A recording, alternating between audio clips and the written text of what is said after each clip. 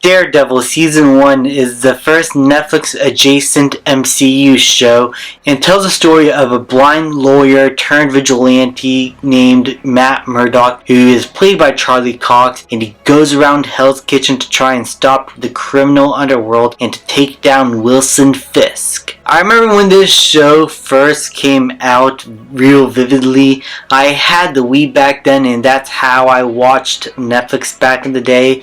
And I put on this show because I heard a lot of good things about it, and I heard it was like this fantastic show that everyone's watching. And I loved Marvel back in the day, and when I found out that this show was actually a part of the MCU, I was like, I need to watch this because I wanted to consume everything MCU related. This was back when the Marvel Cinematic Universe had some sauce, and so I watched this show and my world changed forever. I thought Daredevil was fantastic, and to this day, after rewatching the first 3 seasons of Daredevil, or at least all 3 seasons of the original run of Daredevil, I am happy to say that this show holds up extremely well, especially season 1, which is what we're going to be reviewing here today.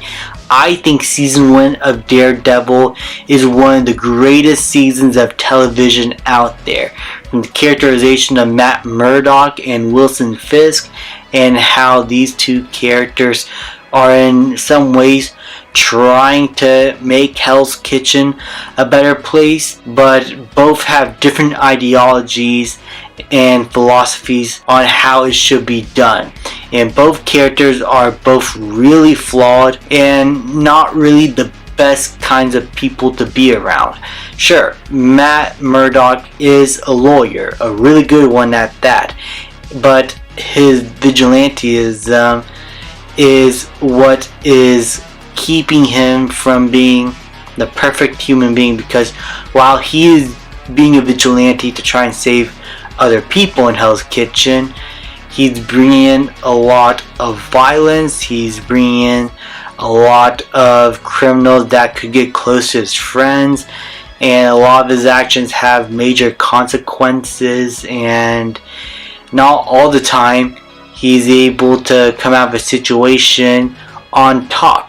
The show does a really good job at showcasing Daredevil as a skilled fighter who knows what he is doing, but also as a flawed human being who in many cases is at the end of his rope and is conflicted about who he is and what he is trying to do for the city. And a core part of this character is his Catholicism, his belief in God, and believing that he is doing all this for his sake.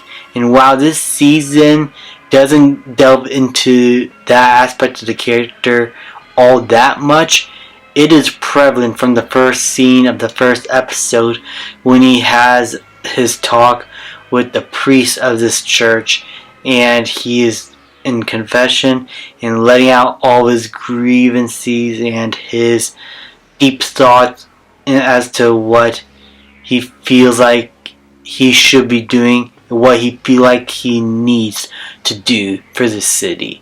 And it is a great setup as to explain to us who Matt Murdock is as a character. But it's not just Matt Murdock. Wilson Fisk as the main antagonist here, the villain, Kingpin. He is fantastic and steals every scene in this show. He is so vulnerable, yet so intimidating at the same time.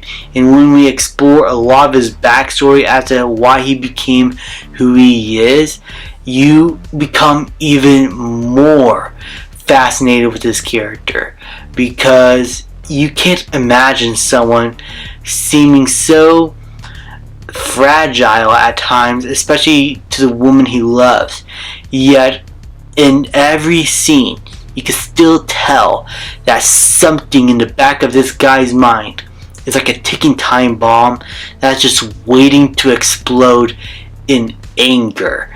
And Vincent D'Onofrio does a fantastic job at portraying both the vulnerable side and just the pure raw, animalistic intensity that Wilson Fisk is supposed to be, and showcases why he is the top boss of this whole criminal organization that is basically ruining all of Hell's Kitchen. Side characters like Foggy Nelson or Karen Page in the show, who are best friends of Matt Murdock, are also really engaging. They give great support to Matt's character and help him grow stronger as an individual, especially Karen, who in this show has a side plot where she's trying to figure out who was trying to kill her and why they're trying to kill her, because she was looking into some dark secrets and some dark stuff, and it led to a lot of people in her life eventually leaving or dying, and you really do feel bad for this character. And I love the friendship and trio dynamic that forms between Matt, Karen, and Foggy. Seeing these three try to uncover all the mysteries of the criminal underworld in Hell's Kitchen is so much fun to watch, because they all felt like real people who had their own individual flaws and who all care for one another like good friends should. I love their banter. And Rosario Dawson, as the person who knows who Daredevil is and is doing her best to try and help him throughout all these difficult times he finds himself in, is also really fantastic here in the show. And I think she was a great kind of love interest to Matt Murdock in terms of showcasing a part of his life that he could have if he's willing to just let go of Daredevil. But she's not someone who's like want to take that part of him away, as she knows that this is probably the only thing that he really has to be able to defend this city to the best of his abilities truly, as there's a lot of corrupt individuals here and a lot of corrupt cops as well in this city, who are under the hands of Wilson Fisk, who has a firm grasp upon everything. And despite the show being a lot more low budgeted, I mean, it is produced by the ABC than most Marvel projects in the MCU, the action is some of the best that the MCU technically at this point had to offer. From the hallway scene that is a one shot that inspires so many films afterwards to try and do the same technique, to a lot of the hand-to-hand combat and ninja action that Daredevil was able to use. All the action sequences here, the final fight between him and Kingpin, I mean, it's a superhero show. Of course there's going to be a final fight between the hero and the villain. What isn't there? If that's the spoiler for you guys, then water's wet. I don't know what to tell you. But it's all really intense, and since the ABC and Netflix allowed the show to go for a mature rating, it is bloody and brutal, and it helped make the action feel more intense, the stakes feel higher, and it made Hell's Kitchen feel like such a dirty and rugged and terrible place to live in. And you're just wondering all throughout the entire season's run, how could Matt, Foggy, and Karen be able to in some way turn this city around for the better?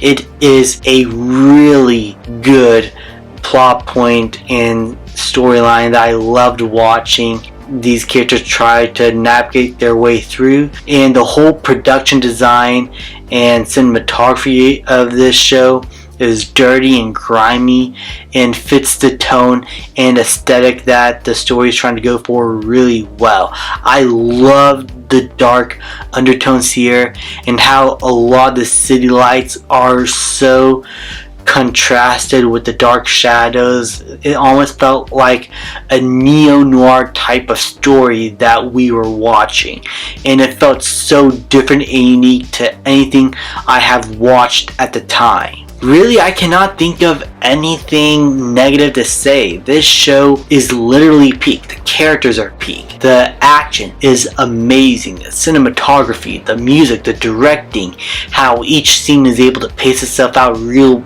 well, and how a lot of these shots are allowed to linger on characters and conversations and have you feel immersed into what is going on in the story.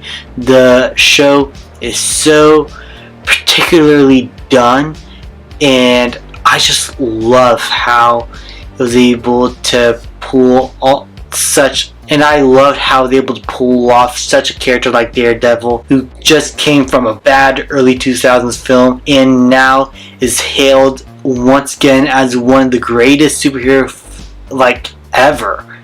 And not just that, but his show is considered one of the best shows of all time. And if you can't tell from my cosplay, I agree. I love Daredevil Season 1.